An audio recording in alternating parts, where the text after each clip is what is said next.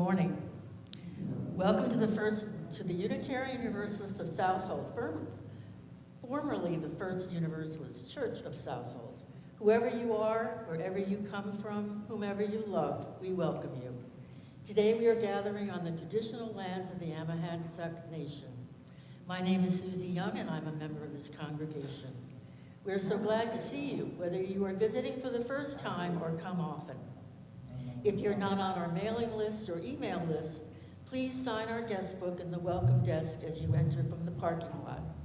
You will then receive our newsletter, The Free Spirit, each month and hear about upcoming events.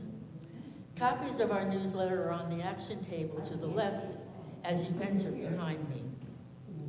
Please like us on our YouTube channel, Unitarian Universalists of Southold, UU. We stream our services there, and you can find past services archived. The action table has other information that you may find interesting. Also for use, there are masks and hand sanitizer. We offer many ways to serve this community, from providing hospitality, flowers, and ushering on Sunday mornings, to joining our social action and other committees.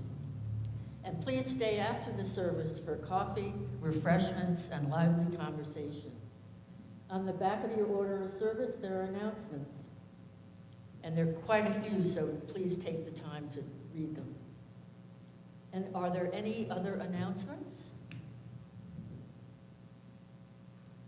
Wow. Okay, I do have one. Wait, I'm sorry. Okay.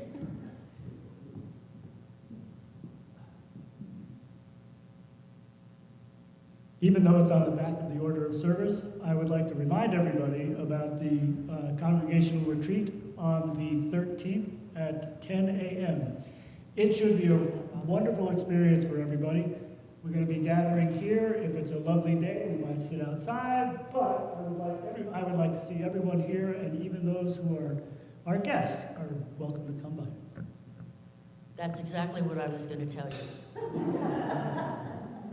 Good. Susie has an announcement from our facilitator who's coming from the UUA to give you more detailed information. Want me to say that? Yeah, just a little paragraph. Okay. On Saturday, September 13th from 9:30 to 3, the Unitarian Universalists of Southold invites our current members to spend the day thinking about our present and future as a congregation. We will together create a rolling strategy for the next few years, rather than a conventional strategic plan that lays out what will happen in a fixed way. A rolling plan leaves space for us to refine our plans as we go, all with our mission and vision in mind. Now it's time to greet your neighbor.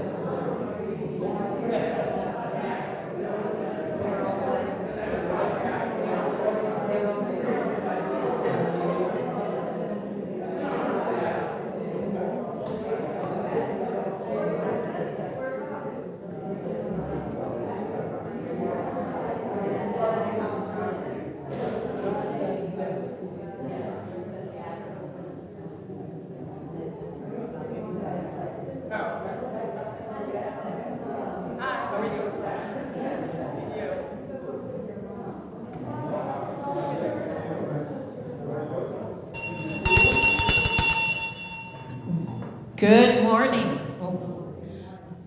Before we get to the lovely prelude, I just want to alert you to the fact, if you didn't read the email or if you're not aware of the tradition, that this is question box or basket Sunday. Today it's a box, and that means that we all get a chance to be curious. If you ever seen this scene in Ted Lasso when he's playing darts, he says, be curious, not judgmental. So we're gonna write down your questions. You have little categories. If you could also write down your name and email if you'd like me to answer you back if I don't get to your question, because that happens. And with the idea, when we are curious, when we improvise, when we live into the question, rather than always seek to have the answer and be certain, we engage, I think we more clearly see the UU's spiritual value of generosity. And we also learn to listen to one another.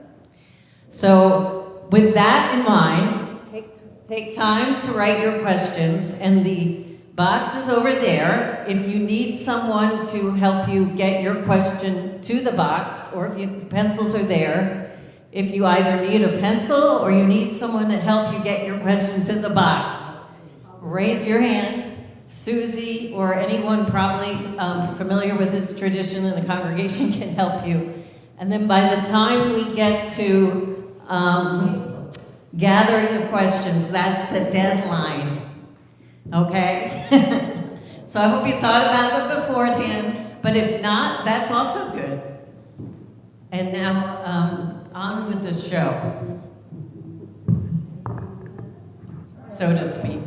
No, I wrote my question. You know.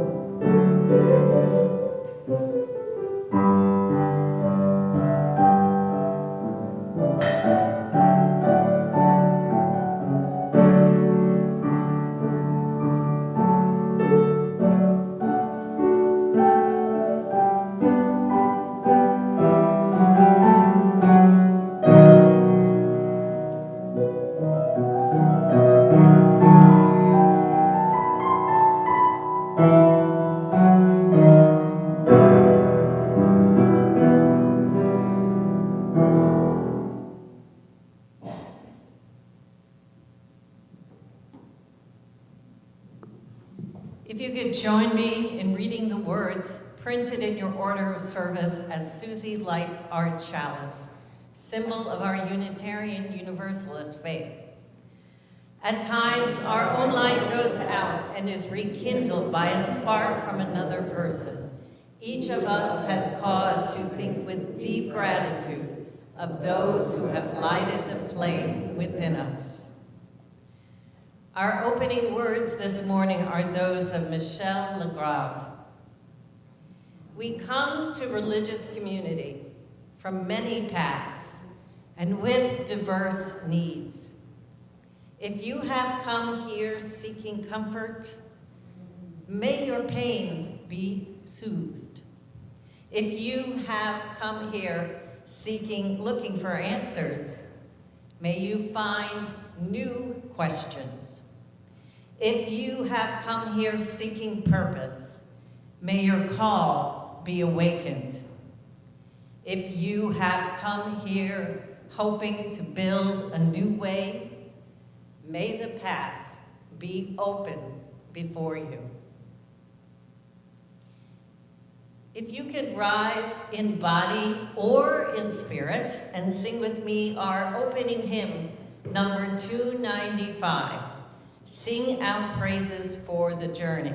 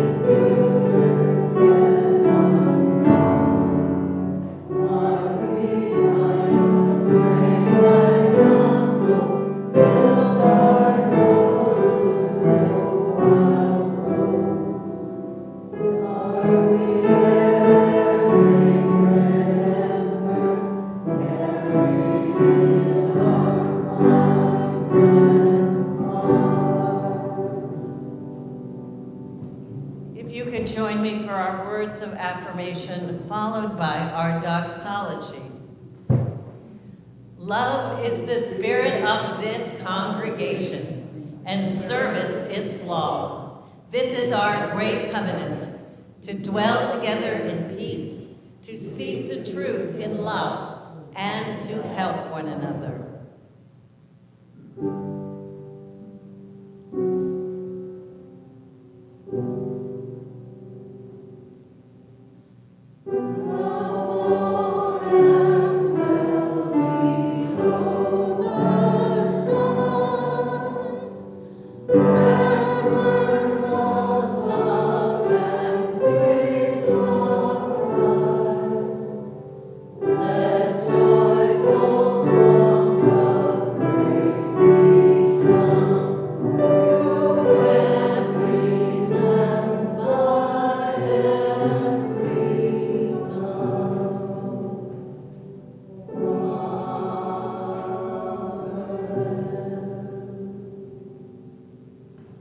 Now we will take up the offering for the work and witness of the Unitarian Universalists of Southold.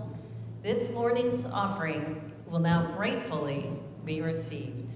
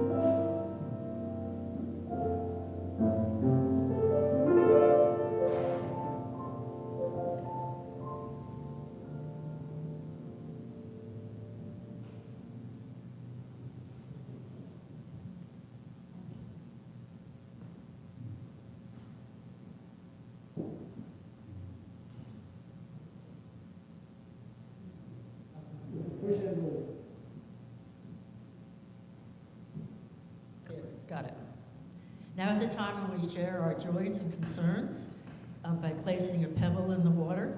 And if you don't want to share your concern or joy, you can just put a pebble in.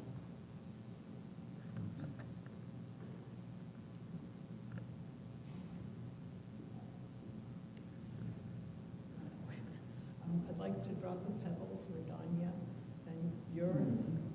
I'd like to drop a for Danya Van Buren, who was a member of this congregation and a very good friend. I will miss her.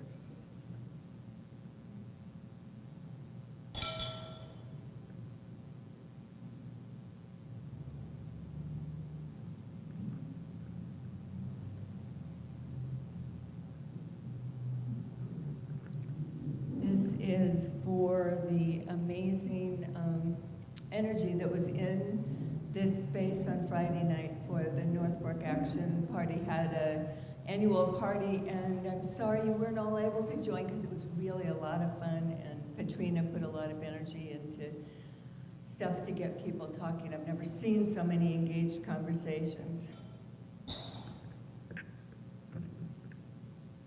Anybody else?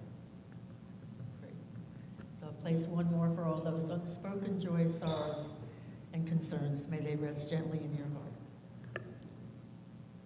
Let us remember there are always joys and sorrows that go unspoken for many reasons, but we are not alone as we hold one another in our hearts.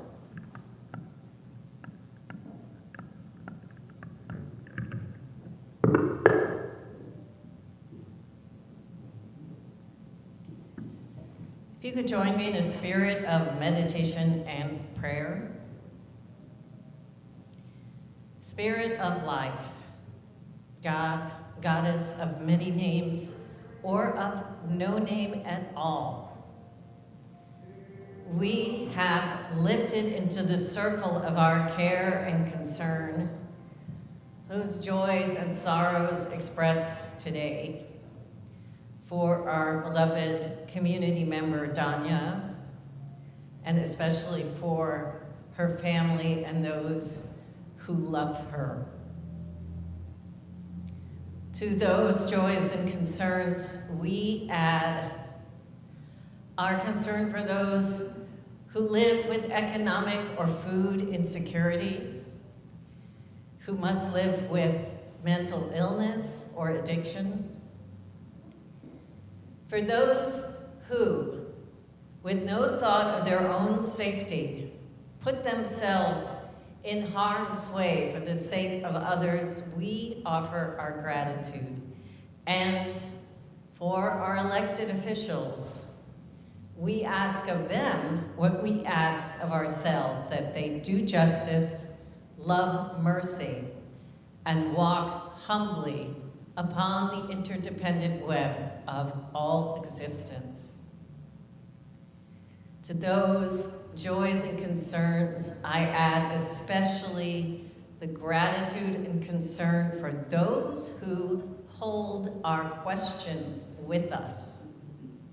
Teachers, scientists, mystics, people gazing through telescopes, counselors who help us explore the inner heart.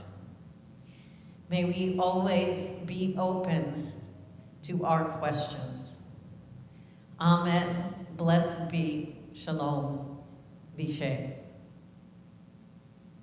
And now I'm going to gather the questions, but I won't start saying them until the sermon part. So, last chance. Last chance. Okay.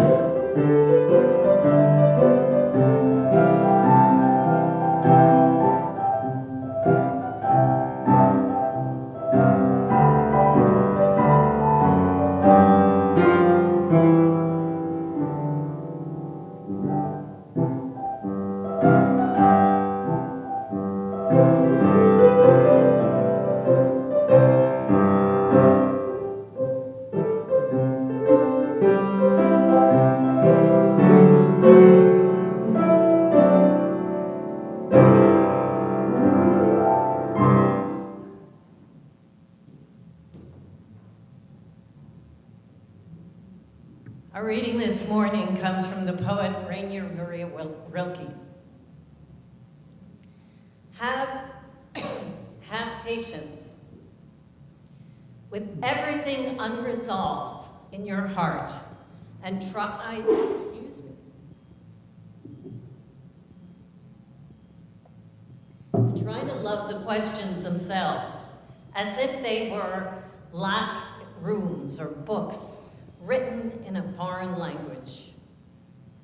Don't search for the answers, which cannot be given to you now, because you would not be able to live into them. The point is to live everything. Live the questions now.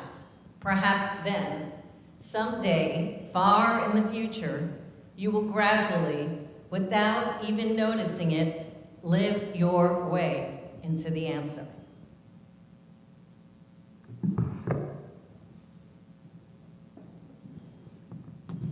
So I studied improv in college. It's always been a love of mine. I will try, there are some repeats in these questions, so I will try to, then there are many great questions, so I'll try my best. And always keep in mind that I don't have the answer. I don't have the whole answer. Other people who are UUs, other ministers, other religious educators, in liberal religious educators in our tradition might answer them differently. Even our president of our association would answer them differently. So here's a question: how are we trying to get new members? So this comes up nearly every year, and obviously it's a concern for the membership committee. This is a concern of the congregations working with the minister. And I have a philosophy of this, which is the idea of community of communities. We can't attract new members without acknowledging that people don't necessarily all belong to a monolith. So if you've been coming here for a long time, think you know everybody and everybody seems to be like you, then you have to think of yourself as one component of the ministry, whereas other components, say the people who come to the Northwark Action Center, or the people who are interested in social action, or the people who come for the music, or in larger congregations it could be the men's club, the accompanying group, the women's club, the LGBT justice group. These are all communities. And once we unite and express that, then we are open to the fullness of experiencing a community that supports your spiritual journey, that gives you fellowship, as long as you message that. That's the overall philosophy. There are loads of people that can benefit from the ministry that you provide. And then as far as the practical things, there's outreach via social media, there's outreach via emails, there's bring your friend to the Sunday service or to some other event, because not everybody can come on Sundays. Sundays is not the only thing going on here. So there's also, let me tell you about this great group I found. The energy lies with y'all to get the new members to come. And then also, over time, they'll get to know us. Maybe, here's another way of thinking. Maybe the old-fashioned pledging member model of congregations is no longer serving congregations. Maybe they need to think of new ways to conceive of tiers of membership, like there's voting members who vote on the annual budget. There's people just give a donation every year. People might belong to this, that, and the other. Maybe, they took a class here that somebody led, and they may have, given a small fee to attend that, and they consider themselves part of the community. So I think you need to consider membership broadly. You need to do a lot of outreach. But it's going to happen, unfortunately. It's a slow process because of the big change. I don't know if you noticed, there was a big change that happened in the last year. Just a little big change. You went from not having a building to coming back to your building, and you were in an out-of-the-way spot in Greenport, and now you're here. And I've answered this question every year. So hopefully what I say is similar year to year, and hopefully now it's a little different because you have a very visible symbol of yourselves here on the bend that have events that people can come here for a concert of some kind, and that they can pick up information. So that's, I'm not going to answer that twice, so at least in this service. Because there is more than one question.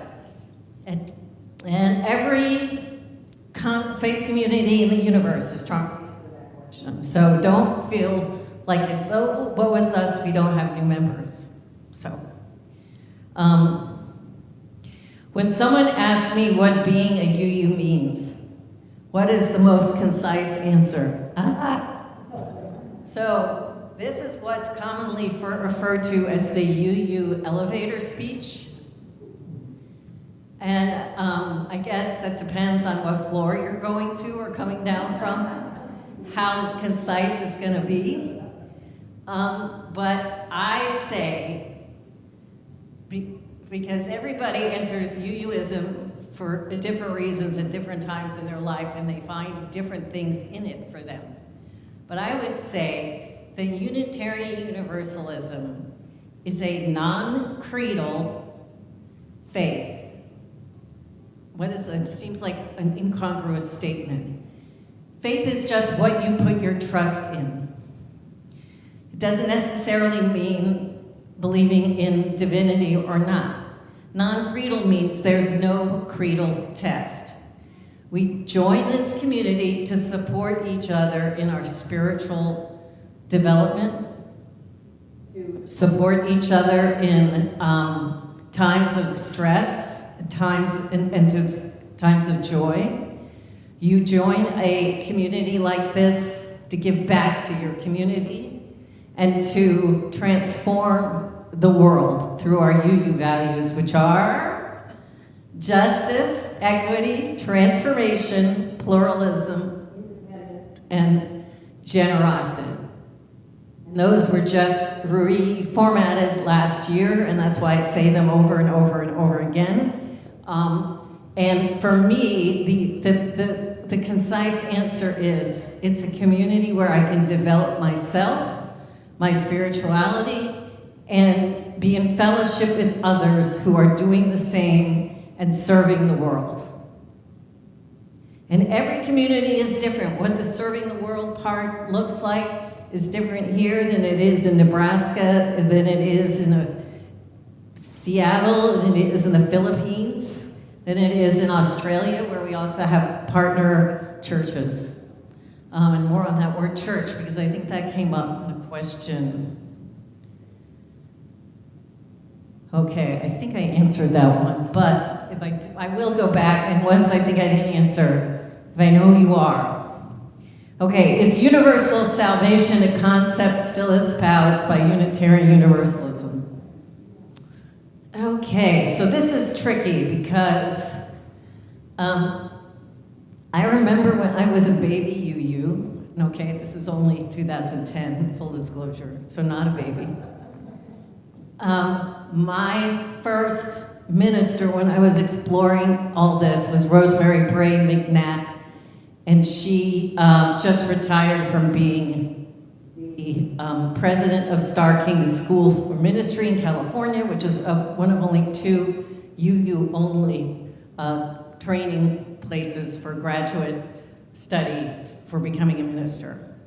And I remember talking to her about, like, I didn't like this phrase that we're justified by faith that I kept on seeing in my graduate study. What does that mean, justified by faith? Salvation is about how, I think it's defined as how everybody feels that there's a notion of sin, which is from Christian tradition. That when the Unitarian Universalists, when the Universalist side of us in the 19th century, and actually they started in the late 17th century, came about, they hated the fire and brimstone you must belong to be saved from your sin. And there was a minister who was Presbyterian who came from Scotland to New Jersey, and he was rebelling against that. He had seen how terrible was that, and he started one of the founders of Universalism, which is this idea that in our old principles, it's the idea that everybody has dignity. That you don't have to accept, you don't have to, recite the Nicene Creed or get baptized, to have dignity. So that's what universal salvation means to me. Another time people use it is they say, I was lost in some way. I was depressed. I remember one moderator of the UUA at a General Assembly said something. She was just full of fire and passion. And she said, who is saved by congregational life? Who is saved by congregational life? And I think for her experience, she was talking about how, as a gay woman in her community, she had no place to go to feel free and to live out her identity. And so for her, it was saving in that way. So universal salvation, I think that translates as something different now, and that is inherent worth and dignity. Everybody has inherent worth and dignity. No matter, and that maybe their beliefs are different than ours, but that creedal test, you must believe this, you must believe in Jesus, doesn't exist in our faith. So that's how I hope I've answered that. And if I haven't, then just bug me later.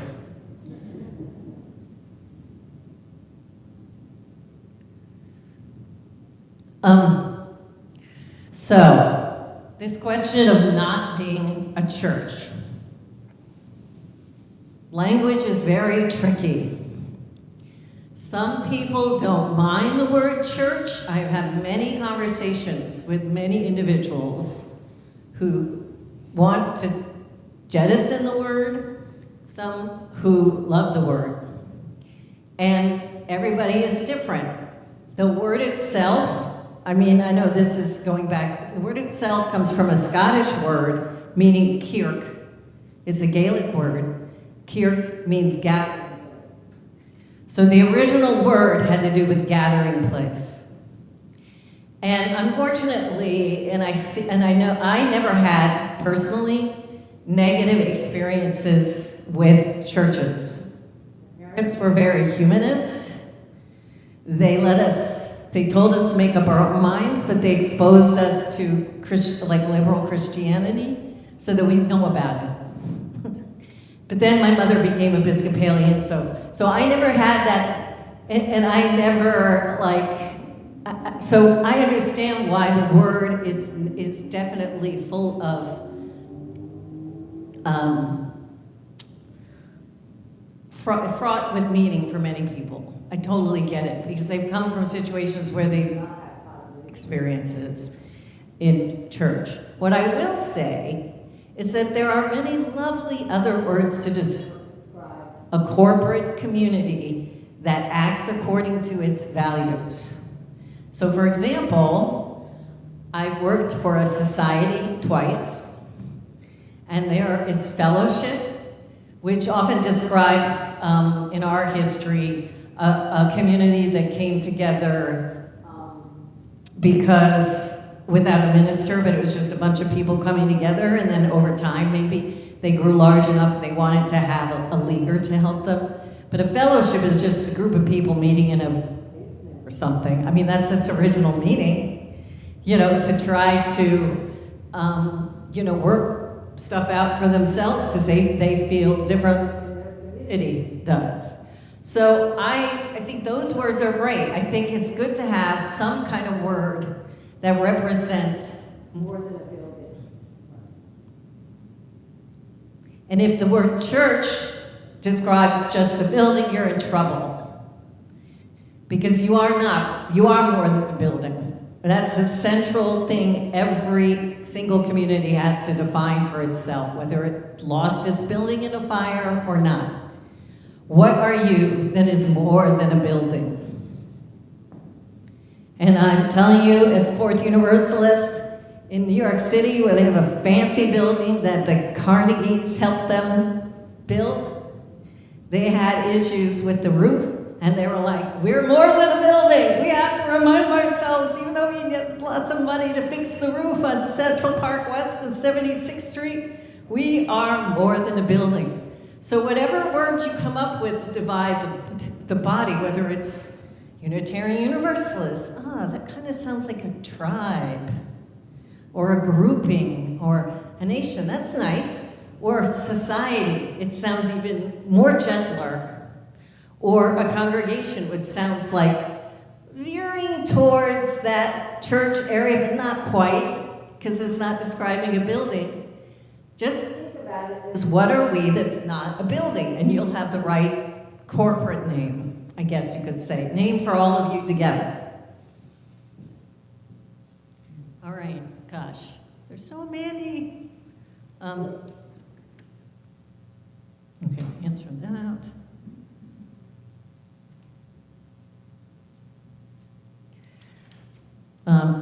Did I leave some on? Oh, I did. Oh my gosh. Sorry.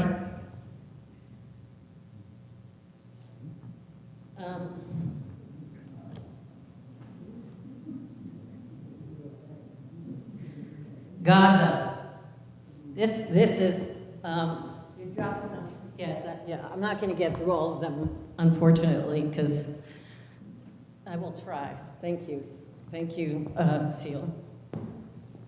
What position should we take? The Unitarian Universalists have a process for actions of immediate witness, which is at their General Assembly in June. People propose, this is how we're going to come out on this issue. And then, obviously you can't, our president, who, is our spiritual head, can't always wait until June to come up with something, But I remember reading that, basically what we want is justice for all people. We want an end to starvation, and we want to call out people who are condemning other people to death. And I say call out, I mean we need to call out a process of releasing the hostages as well as coming up with a solution that allows all people to flourish. And that might sound, it's definitely a horrendous situation, but we may also be concerned about what's going on in Ukraine or in Northern Africa. But I think that our UU values call on us to look for situations in which certain people are being oppressed and work to undo it and say that all, as I said before, all human beings are worthy of dignity. So that's what I'd say to that question. If there are some statements that have been made by our UUA, which I think are very useful, and there was also a organization within the of people within the UUA, members of their individual members of the UUA have created this organization for justice and peace in the Middle East. That if you're interested in how other Unitarian Universalists are framing this, that would be great. And I probably have more to say on that, but I'm going to wait because I don't want to take up all the time on that question right now. How did UUs change from a Christian faith to a multi-denominational community? Okay, this is a history thing, so I don't want to go on too long. But basically, back there's the Unitarian side and the Universalist side. And they were always, in the history of the US in particular, the most progressive, most anti-hierarchical communities of faith there were. The Unitarians came to this country with the Pilgrims in a way, but they split there was a split having to do with separation of church and state, and they split from the Congregationalists, which are Christian, and so that was the first split, which is we don't want to be told who to call as a minister by this other body, and eventually there were leaders in the early 19th century like Emerson, Thoreau, who started to share a very, I would say, non-Christ-centered version. So there's not this idea that you must believe in the miracles of Christ in order to be a Unitarian. And so over a period of time, gradually it was accepted that within Unitarians and Universalists, and they only merged in 1961, that there could be multiple sources of faith. And I'd say that in the last century, the big push, the big change that happened was acceptance of humanism as a source. Humanism, this idea of atheism, and that you don't need any divine author to make up your beliefs. And that's how it gradually evolved. It's really a historical evolution that also has to do with the history of this country. And that's what makes it more than I can possibly talk about accurately, probably, in today. And unfortunately, I think I can only do one more question. Okay. Oh, that's such a good one.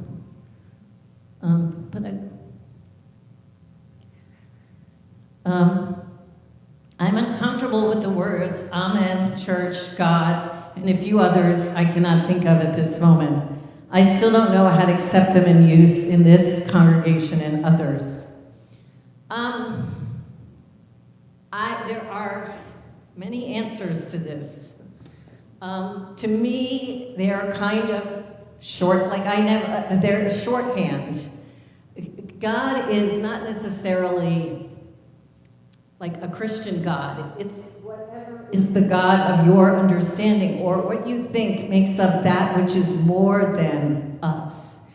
And if that doesn't exist for you, then I think it's perfectly normal to feel uncomfortable and hear that language. Church, I think I've already addressed. Amen is a word in Hebrew that means so be it. You'll often hear me say, Bishay, blessed be. Well, I shouldn't say Bishay. Bishay is an Irish word for so be it. And I laugh because I was, or still am really, a UU pagan. And when I was learning Irish spirituality, Bishay is a way of saying, so be it. Or this is it. Or now, kind of putting a seal on the words you just said and elevating their intention. And so that's just my meaning. I don't know how else to make that uncomfortable or comfortable for someone. I would recommend maybe spiritual direction is a kind of a discipline that might help understand what is behind that. Is it something that discomfort? Because these are shorthand words, and they often, like for example, I'll tell you my story. So I grew up kind of largely Episcopalian, going to Episcopalian school around other Episcopalians, and I go to the St. John the Divine with my sister from time to time. But I don't say certain things in the service. I will sit down certain times. I will not say the Nicene Creed, you know, because I have a personal, so I will also, although the communion table is open to all, I receive a blessing. Not because I've decided that that's what works for me. And I would say that the reason I became a Unitarian Universalist is because it's very expansive. Sometimes someone else here will be like, I love that we talk about church and God and use those words. And there will be another person that doesn't. But I remember, to me, the thing that makes the most sense is that we can't be, in a community, it's hard to make everyone feel the same all the time. That because we are a community where people are learning and growing, we accept that not everybody is going to be okay with everything that's said all the time. And so I recommend maybe going to a spiritual director, or, you know, if there's certain words that you have to read out loud in the service and make you uncomfortable, like I do in the Episcopal service, I ain't saying the Nicene Creed, because I don't believe that part. But I do find the Lord's Prayer a very beautiful prayer. So I will personally say that. And that's just how I handle being an Episcopalian Unitarian Universalist. So I'm sorry, I have to, so we can hear Charlotte's beautiful music. There's some things I did not, so if you want to reach out to me, email me, contact me. I love having big theological discussions. It's my bag. So make an appointment with me. And thank you very much. I hope that this has helped you listen to one another as well. What questions are on your mind?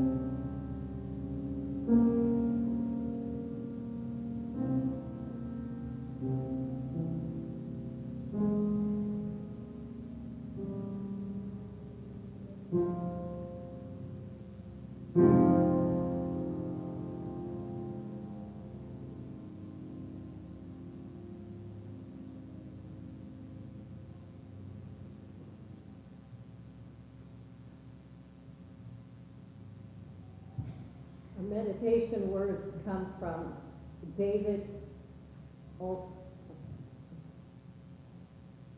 An honest no is a glorious statement. Doubt is the expression of faith in the intelligence and imagination of humanity.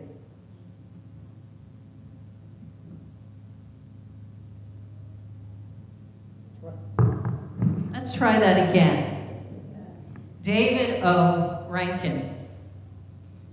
An honest no is a glorious statement. Doubt is the expression of faith in the intelligence and imagination of humanity. Doubt is the expression of humility about the capacity for errors and mistakes. Doubt is the expression of wisdom when popular and rewarding truths are wrong. Doubt is the expression of confidence that knowledge can always be improved. Doubt is the expression of courage in confronting the dangerous and destructive. Doubt is the expression of hope that a better world is waiting for the future. Doubt is the expression of harmony with the unceasing changing universe. Doubt is the expression of concern for the proper integration of thought and experience. It is not evil to question, to doubt, but a good and intrinsic element of faith.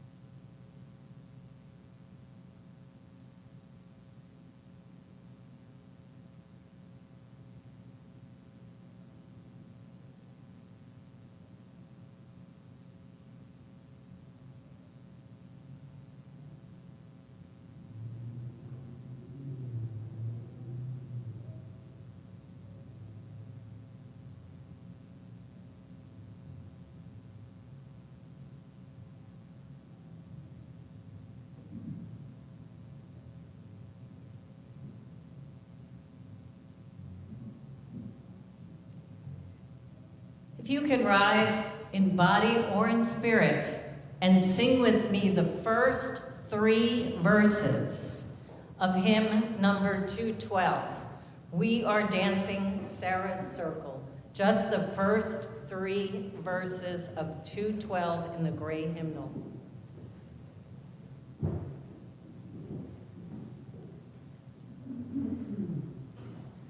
We are dancing.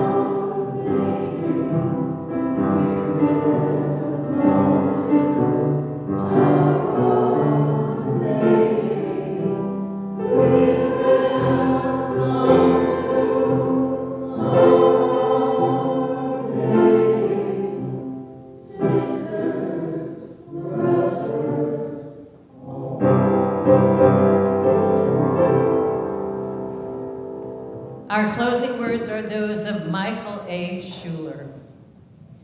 We have reached the end of this time for the gathering of memory and for letting the imagination play with future possibilities. We have enjoyed magic moments and edified each other. Shall it be concluded then? Or will this adventure, now commenced, continue on our separate paths, converging, meeting, merging in the unending quest for love more perfect, the joyous struggle for meaning more sufficient and life more abundant? Is this ending to be an ending or merely prelude to a new, more glorious beginning? I pose the question. In your heart lies the answer. If you could join me as I extinguish our chalice. We extinguish this flame, but not the light of truth, the warmth of community, or the fire of commitment. These we carry